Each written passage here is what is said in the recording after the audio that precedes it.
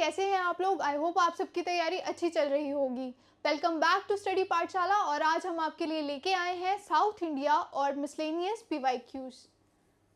So moving to the first question में हमें कुछ पेयर्स दिए गए हैं किंग और डायनेस्टीज के और ये जो क्वेश्चन है ये है 2022 का। तो फर्स्ट पेयर दिया गया है कि किंग जो थे वो नानुका थे और वो चंदेला डायनेस्टी को बिलोंग करते थे, which is a true statement, क्योंकि जो नानुका थे वो 831 CE से लेके 845 CE के बीच में चंदेला किंगडम के फाउंडर किंग रहे हैं। तो उस वजह से हमारा जो फर्स्ट पेयर है वो करेक्ट हो जाता है। नानुका जो थे वो चंदेला के फाउंडर ही थे। नेक्स्ट है जया शक्ति और इन्होंने डायनेस्टी बताई है परामरा। जया शक्ति और विजय शक्ति जो थी वो 865 से लेके 885 CE में आई थी और ये जो थे ये थे वाकपति के सन थे, जो कि सक्सेसर थे किसके, नानुका के। और नानुका किसको बिलोंग करते थे, चंदेला को बिलोंग करते थे। इस वजह से जो जया शक्ति और विजय शक्ति दोनों ही जो थी वो नानुका के सक्सेसर थे, यानी चंदेला किंगडम के ही किंग्स आगे थे। और अगर हम बात करते हैं विजय शक्ति की या जया शक्ति की, तो चंदेला टेरिटरी के बाद जब विजय शक्ति ने उनको लीड किया था या जया शक्ति ने उनको लीड किया था, तो उसके बाद उनका जो चंदेला टेरिटरी थी उसका नाम उन्होंने रख दिया था जय जय का भुक्ति, जिस वजह से जया शक्ति जो थी वो परम्परा से नहीं चंदेला डायनेस्टी से ही बिलोंग करती थी। तो ये वाला जो आपका पेयर है ये इनकरेक्ट हो जाता है। नेक्स्ट पेयर है आपका नाना भट्टा 2 और इन्होंने बताया कि ये जो है ये गुजारा प्रतिहारा से बिलोंग करते हैं। लेट्स सी, अगर हम इसकी एक्सप्लेनेशन देखते हैं तो नागा भट्टा 2 जो थे वो 800 CE से लेके 833 CE के बीच में आए थे और वो सन थे रामा भद्रा के, जिन्होंने बहुत कम रूल किया था, लेकिन वो सन थे किसके, मिहिर भोजा के। और मिहिर भोजा का हमने लास्ट PYQs में डिस्कस किया था कि Mihir Bhoja was the founder of Gurjara and Pratihara, जिस वजह से जो नागा भट्टा है ये भी आपके गुजरारा और प्रतिहारा के ही किंग माने जाते हैं। जिस वजह से आपका ये वाला मैच जो है वो करेक्ट हो जाता है। Moving to the next match, Bhoja जो थे इन्होंने कहा है राष्ट्रकूटा डायनेस्टी से बिलोंग करते हैं, बट अभी हमने डिस्कस किया कि मिहिर भोजा जो थे वो फाउंडर थे किसके, गुजरारा एंड प्रतिहारा के। जिस वजह से आपका ये वाला मैच जो है वो इनकरेक्ट हो जाता है। तो उस वजह से आपको बताना था कि कितने पेयर करेक्ट हैं। तो इनमें से आपके फर्स्ट और थर्ड पेयर करेक्ट है, जो कि यानी only 2 pairs are correct. So option number B, which is only 2 pairs are correct, is the correct answer of question number 1. Moving to the next one, who among the following laid the foundation of Rashtrakuta Empire? Rashtrakuta empire का foundation किसने रखा था? और ये PYQ है 2006 का। तो जब हम राष्ट्रकूटा एम्पायर की बात करते हैं तो दंडी दुर्गा जो थे उन्होंने इसका फाउंडेशन ले किया था। ये चालुक्य के फ्यूडेटरी थे और इन्होंने जो था राष्ट्रकूटा एम्पायर को फाउंड किया था इन 753 CE में। तो इसका आंसर ऑप्शन नंबर बी जो हो जाएगा वो करेक्ट आंसर हो जाएगा, which is Dantidurga. Moving to the next one consistent feature found in the history of southern India was the growth of small regional kingdom rather than the large empire because of, जो south India में होता था ना, अब अगर हम north India की बात करते हैं तो मगधन एम्पायर कितना बड़ा एम्पायर था, उसी तरह से बहुत बड़े बड़े लार्ज एम्पायर्स जो थे वो एमर्ज हुए थे। वेयर एज अगर हम साउथ इंडिया की बात करते हैं तो उसमें छोटे छोटे किंगडम्स उभर कर आए थे। तो ऐसा क्यों था, क्या रीज़न था? तो यहाँ पे हमें रीजंस दिए गए हैं, कुछ ऑप्शंस दिए गए हैं और ये आपका PYQ है 1999 का। तो ऑप्शंस है the absence of mineral like iron, second option is too many divisions in the social structure, third option is the absence of vast area of fertile land and the option number D is the scarcity of manpower। तो second B और D को तो हम वैसे ही neglect कर देंगे कि scarcity of man power भी वहाँ नहीं था और सेम एज कि वहाँ पे सोशल डिवीजन भी एज सच नहीं था। वेयर एज अगर हम बात करते हैं एब्सेंस ऑफ फर्टाइल लैंड की, तो ये आपका करेक्ट आंसर हो जाएगा, क्योंकि as compare to north, south में थोड़ा कम फर्टाइल लैंड है। बल्कि अगर हम देखते हैं कि जो मगधन एम्पायर भी था वो एरिया, जो बिहार वाला एरिया था वहाँ पे ज़्यादा एमर्ज हुआ है। क्यों? क्योंकि वहाँ पे फर्टाइल लैंड्स मिलती है बिकॉज ऑफ गंगा रिवर्स और अदर रिवर्स टू। तो इस वजह से आपका जो ऑप्शन नंबर सी है वो करेक्ट हो जाता है। जो साउथ में अगर हम रीज़न बताते हैं कि छोटे छोटे रीजनल किंगडम्स क्यों उभर कर आए थे, क्योंकि वहाँ पे फर्टाइल लैंड और वास्ट एरिया जो था वो फर्टाइल लैंड के लिए नहीं था।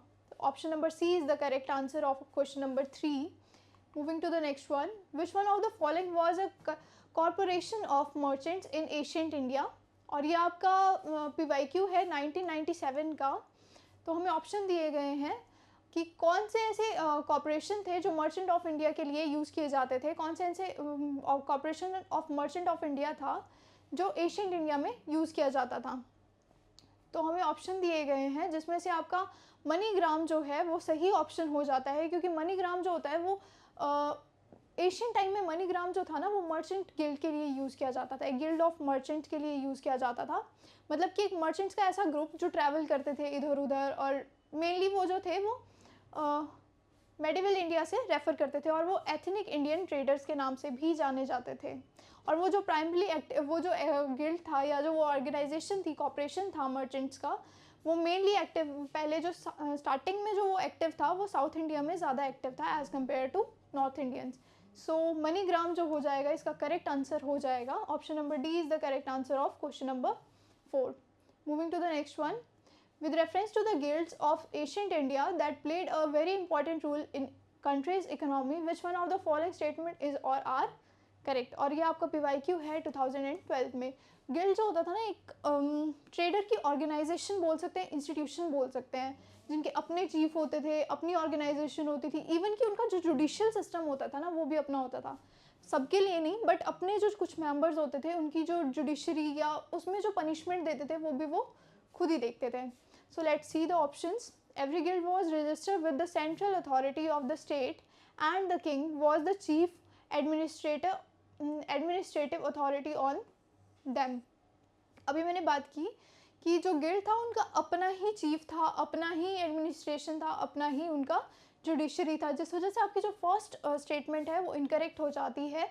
ऑल्दो वो हो सकता है कि वो सेंट्रल अथॉरिटी से या स्टेट की जो सेंट्रल अथॉरिटी से उनके पास रजिस्टर हों, बट उनके ऊपर चीफ, उनका जो चीफ था वो किंग था, ये हमें कहीं भी नहीं पता चलता है, जिस वजह से ये जो फर्स्ट स्टेटमेंट है वो आपकी इनकरेक्ट हो जाती है। Second is the wages and the rule of work standards and prices were fixed by the guild. जब हमने कहा कि उनकी अपनी ही एडमिनिस्ट्रेशन है तो उनकी अपने जो प्राइस है, अपनी जो वेजेस है वो सब कौन फिक्स करते थे, गिल्ड के अपने ही मेंबर्स फिक्स करते थे, जिस वजह से आपका जो सेकेंड स्टेटमेंट है वो करेक्ट हो जाता है। Whereas अगर हम थर्ड की बात करते हैं, the guild had judicial powers over its own members, which is also correct, क्योंकि गिल्ड के पास अपनी जुडिशियल पावर्स होती थी।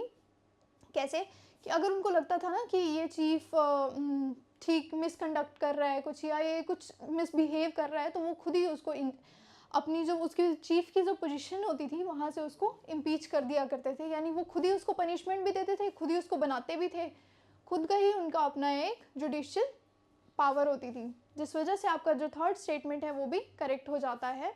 तो इसमें से आपका फर्स्ट स्टेटमेंट इनकरेक्ट है और सेकंड और थर्ड आपका करेक्ट है, जिस वजह से आपका सेकंड थर्ड यानी C option second and third only is the correct answer.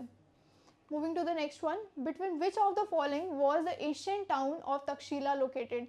Takshashila एक टाउन होता था, एशियन टाउन, जो हमें बताना है कि किन दो रिवर्स के बीच में लोकेटेड था, और ये आपका PYQ है 2006 का।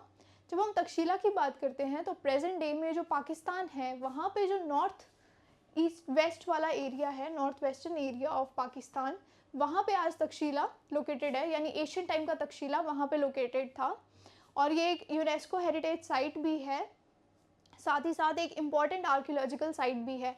तो ये दो रिवर्स के बीच में जिनके बीच में लाई करता है वो है आपकी Indus river and Jhelum river.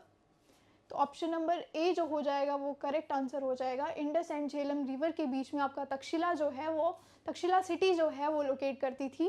साथ ही साथ में अगर एक फैक्ट की बात करें तो इंडस रिवर को पुराने टाइम में यानी एशियन टाइम में सिंधु रिवर कहा जाता था, जबकि अगर हम झेलम की बात करें तो उसको वितास्ता के नाम से जाना जाता था। तो ऑप्शन नंबर ए जो हो जाएगा क्वेश्चन नंबर 6 का करेक्ट आंसर है, और तक्षशिला जो है वो इंडस और झेलम के बीच में लोकेट करती थी। Moving to the next one, with reference to the invaders in ancient India, which one of the following is the correct chronological order. और ये आपका PYQ है 2006 में। जैसे कि हम PYQs की सीरीज़ में देखते आ रहे हैं कि मैक्सिमम जो क्वेश्चंस है वो हमारी क्रोनोलॉजी या फिर हमें टाइम पीरियड अगर पता हो तो उससे सॉल्व हो जाएंगे। तो ये वाला क्वेश्चन भी according to time period solve हो सकता है। अगर हम बात करते हैं टाइम पीरियड की, तो ग्रीक ने जब इन्वेड किया था, वो किया था, ग्रीक का जो इन्वेडर था, फर्स्ट इन्वेडर थे ग्रीक के अलेक्जेंडर, जिन्होंने इन्वेड किया था 327 टू 326 BCE में।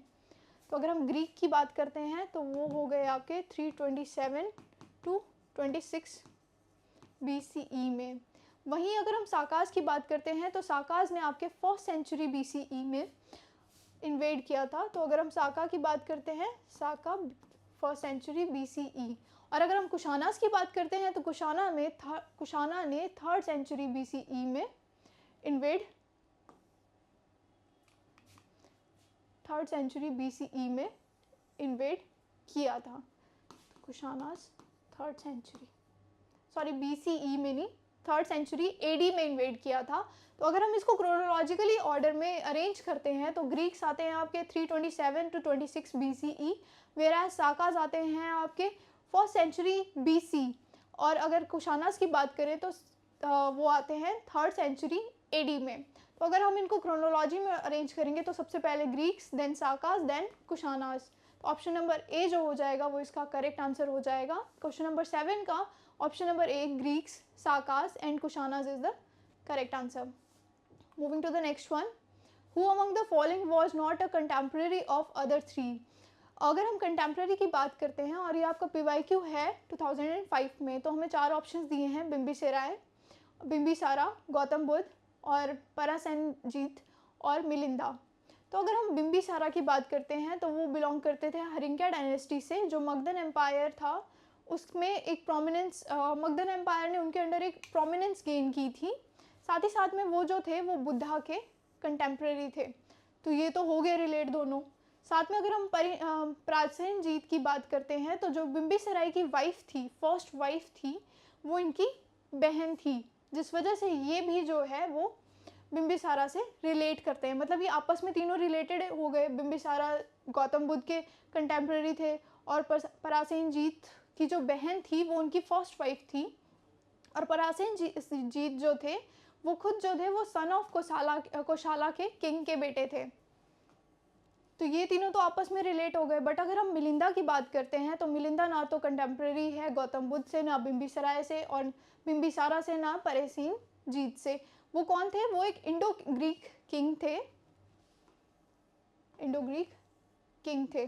तो इसका जो आंसर होगा, हमें पूछा था नॉट, मैंने पहले भी बताया था कि नॉट नेवर वाले जो क्वेश्चंस होते हैं उनमें हमें ज़्यादा ध्यान देना पड़ता है क्वेश्चंस पे, क्योंकि क्वेश्चंस हमें कंफ्यूज कर देंगे। तो नॉट कंटेम्प्रेरी जहाँ हमें पूछा है तो ये तीनों तो आपस में रिलेटेबल हो गए, बट जो मिलिंदा है वो इन तीनों से बिल्कुल अलग है, जिस वजह से इसका ऑप्शन नंबर सी जो हो जाएगा वो करेक्ट आंसर हो जाएगा। Moving to the next one, the following person came to India at one time और अनदर टाइम। अब इसमें भी हमें टाइम पीरियड का पता होना चाहिए। मतलब अगर हम टाइम पीरियड का बताते हैं, अगर हमें टाइम पीरियड की नॉलेज हो तो हम इस क्वेश्चन को भी इजीली सॉल्व कर सकते हैं। तो हमें 4 ट्रैवलर्स दिए हैं, चाइनीज़ ट्रैवलर्स दिए गए हैं, जिनमें से फर्स्ट है फाहिन, सेकंड है आइसिंग, थर्ड है मेगास्थनीज और फोर्थ है ह्यूनसेंग। तो अगर हम मेगास्थनीज की बात करते हैं तो वो आए थे आपके 302 से 298 BC में, और ये ग्रीक एम्बेसडर है। साथ ही में अगर फाहिन की बात करते हैं, फाहिन को भी हमने लास्ट वीडियो में डिस्कस किया था, जहां हमने बताया था कि फाहिन जो थे वो चंद्रगुप्त II के टाइम पे इंडिया आए थे, और वो एक चाइनीज़ बुद्धिस्ट मॉन्क थे, और इनका टाइम पीरियड था 405 से 411 AD तक। जबकि अगर हम ह्यूनसेंग की बात करते हैं तो वो आए थे 630 से लेकर 645 AD तक, और ये भी हमने लास्ट वीडियो में डिस्कस किया था कि एक चाइनीज़ बुद्धिस्ट मॉन्क है, और साथ ही साथ में हर्षा से मिले थे। जहाँ पे मतलब हमने जो लास्ट PYQ डिस्कस किया था उसमें कुछ इस तरह की स्टेटमेंट दी गई थी कि ये हर्षा से मिले थे, और इनको लगा था कि हर्षा जो है वो बुद्धिज़्म के अपोज हैं। बल्कि जब इन्होंने हर्षा से मिले थे तो इन्होंने मेंशन किया था कि वो बुद्धिस्ट के अपोज नहीं बल्कि उनके सपोर्टर रहे हैं। तो उसके बाद आए थे फाहिन, के बाद आए थे ह्यूनसेंग। और अगर हम आइसिंग की बात करते हैं तो वो आए थे आपके 671 से 695 AD के बीच में। तो अगर और वो भी एक चाइनीज़ ट्रैवलर थे। अगर हम इनको अरेंज करते हैं तो कुछ इस तरह की क्रोनोलॉजी बनती है। Megasthenes, then Fahien, Fahien is the first option, and then Hiuen Tsang fourth, and then to I Tsing. तो अगर हम इनको चेक करते हैं ऑप्शन में, तो ऑप्शन नंबर बी जो होगा वो होगा 3, 1, 4, 2 which is the correct chronological order. तो अब क्वेश्चन नंबर 9 का option number B is the correct answer. Moving to the next one, which of the following pair are correctly match. और ये आपका PYQ है 1998 में। इनमें हमें पेयर्स दिए गए हैं, हमें बताना है कि कौन से पेयर्स करेक्टली मैच्ड है। तो फर्स्ट पेयर दिया गया है लोथल और उसके साथ दिया गया है एंशिएंट डॉकयार्ड। तो हमने फर्स्ट ही वीडियो में डिस्कस किया था कि लोथल जो था वो साबरमती रिवर के थ्रू ट्रेड रूट से कनेक्ट करता था, तो उसको एंशिएंट और अर्लीस्ट भी बोल सकते हैं, अर्लीस्ट डॉकयार्ड हमने कंसिडर किया था, जिस वजह से आपका फर्स्ट जो मैच है वो करेक्ट हो जाता है। सेकेंड है सारनाथ जो है वो first sermon of Buddha, which is also correct. जो फर्स्ट सेरेमन था बुद्धा का वो सारनाथ ही था, तो ये भी आपका करेक्ट हो जाता है। थर्ड स्टेटमेंट कहता है कि राजगीर जो है वो लाइन कैपिटल ऑफ अशोका है, which is incorrect. Rajgir line capital of Ashoka नहीं है, सारनाथ जो है वो लाइन कैपिटल ऑफ अशोका है। वहीं पे अशोका के जो पिलर है वो भी पाया गया है, लाइन पिलर है वो भी पाया गया है। वेराज जो अगर कैपिटल, सिंपल कैपिटल की बात करते हैं तो वो अशोका की कैपिटल पाटलिपुत्रा थी, जिस वजह से ये वाली स्टेटमेंट है ये आपकी इनकरेक्ट हो जाती है। लाइन कैपिटल ऑफ अशोका जो है वो सारनाथ है। अगर हम फोर्थ को देखते हैं तो Nalanda the great seat of Buddhist learning, which is also correct. हमने लास्ट ही वीडियो में डिस्कस किया था कि मिडिल ईस्ट से अरब और पर्शियंस जो आए थे उन्होंने बुद्धिस्ट को इतना परसिक्यूट कर दिया था कि उन्होंने जो उनके इंस्टीट्यूशंस थे उनको भी डिस्ट्रॉय कर दिया था। स्पेशली जो नालंदा इंस्टीट्यूशन को हमने पढ़ा था कि वो उसको उन्होंने बिल्कुल डिस्ट्रॉय कर दिया था, जिससे हमें पता चलता है कि बुद्धिस्ट लर्निंग का वो एक अच्छा सेंटर माना जाता था। नालंदा जो था वो बहुत अच्छा सेंटर माना जाता था बुद्धिस्ट लर्निंग का, जिस वजह से आपका first pair, third pair and fourth pair जो है वो करेक्ट हो जाता है, वेयर एज थर्ड पेयर जो है वो इनकरेक्ट हो जाता है। तो इसका आंसर होगा option number C, first, second and fourth. Moving to the next one, list दी गई है, first list and second list हमें मैच करना है। लास्ट जो हमने पढ़ी थी उसमें पेयर्स ऑलरेडी मैच्ड थे, हमें बताना था कि कैसे कौन से सही हैं। इसमें हमें लिस्ट दिए गए हैं गुप्ता, चंदेला, चालुका एंड पल्लवा, और सेकंड हमें जगह के नाम या टेम्पल्स के नाम हमें दिए गए हैं, हमें मैच करना है। और ये आपका PYQ है 1997 में। तो सबसे पहले जब हम गुप्ता की बात करते हैं तो गुप्ता पीरियड में हमारा देवगढ़ एक टेम्पल है जो अर्ली 6th सेंचुरी में बनाया गया था, वो आपका गुप्ता पीरियड में बनाया गया था और एक टाइप ऑफ टेम्पल है। तो हम गुप्ता पीरियड से देवगढ़ को अरेंज कर लेंगे।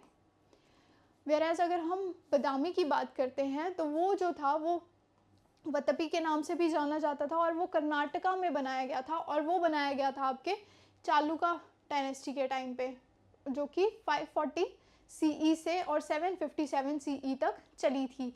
तो अगर हम बादामी को अरेंज करेंगे तो वो आएगा आपका चालुका के साथ। वहीं अगर हम पन्ना मलाई की बात करते हैं तो वो तमिलनाडु में लोकेटेड है और वो पल्लवा डायनेस्टी के टाइम पे वहाँ पे टेम्पल आर्किटेक्चर पाए जाते हैं। मतलब पल्लवा टाइम के बनाए हुए जो टेम्पल थे ना, एंशिएंट आर्किटेक्चर थे, वो वहाँ पे पाए जाते हैं। तो अगर हम पन्ना मलाई को अरेंज करेंगे तो हम करेंगे पल्लवा के साथ। तो एक ही बचता है चंदेला, खजुराहो जो कि आपके एंशिएंट सिटी भी है और बहुत सारे जहाँ पे मैग्निफिसेंट टेम्पल्स पाए जाते हैं, और वो पाए जाते हैं आपके छतरपुर डिस्ट्रिक्ट ऑफ मध्य प्रदेश में। तो अगर हम इनको अरेंज करेंगे तो हम कुछ इस तरह से करेंगे कि ए की मैच होगी आपकी 4 के साथ, सेकंड मैच होगी आपकी थर्ड के साथ, और थर्ड की मैच होगी, सी की मैच होगी फर्स्ट के साथ, और डी की मैच होगी सेकंड के साथ। और अगर हम इन मैच को अरेंज जैसे हम कर रहे हैं तो उस अकॉर्डिंग से जो फर्स्ट कोड है ऑप्शन नंबर ए, जो फर्स्ट कोड है 4312, वो आपका करेक्ट कोड हो जाएगा और आपका ऑप्शन नंबर ए जो होगा वो क्वेश्चन नंबर 11 का सही आंसर होगा। Moving to the next question, the term Yavanapriya mention in the ancient Sanskrit text denotes to.